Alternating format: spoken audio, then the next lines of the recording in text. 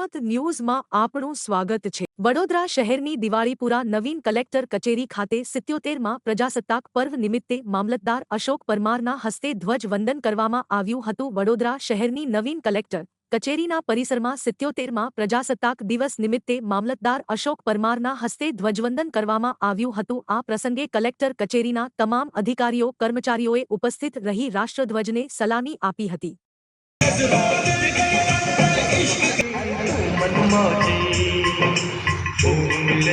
26મી જાન્યુઆરી પ્રજાસત્તાક દિનની તમામ વડોદરા જિલ્લાવાસીઓ, શહેર, ગ્રામ્ય અને નગરના તમામ જે પ્રજા છે, રહેવાસીઓ છે, તેમને આજે પ્રજાસત્તાક દિનની ખૂબ શુભકામનાઓ આપું છું।